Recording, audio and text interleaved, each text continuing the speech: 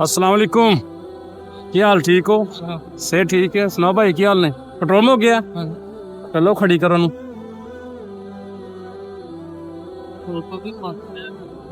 कोई गल नहीं, तुहानू पेट्रोल दिन्ने आ। खोलो करिए ढक्कन। हेलो पाओ तुसी। बड़ा महंगा पेट्रोल है, जहाज च पैंदा है। हाँ जहाज़ां ते बाइकां च ही पैंदा है, हैवी बाइक जेहड़ी हुंदियां ने। अज तुसी यार तो पाओ, ये भी जहाज बनेगा। कोई नहीं नहीं सर, दुआ करियो। सर नहीं, मेहरबानी तुहाडी, ना करो, दुआ करियो। आंदे जाने तुसी किसी दी हेल्प कर छड़ी जिस मैं तुहाडी कीती। मैं तो करना यार। नहीं, बड़ी मेहरबानी, दुआ तुहाडी कोई होर चीज हुंदी है, कोई चीज।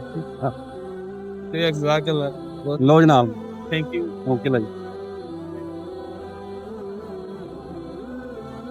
लो जी, अस्सलाम वालेकुम।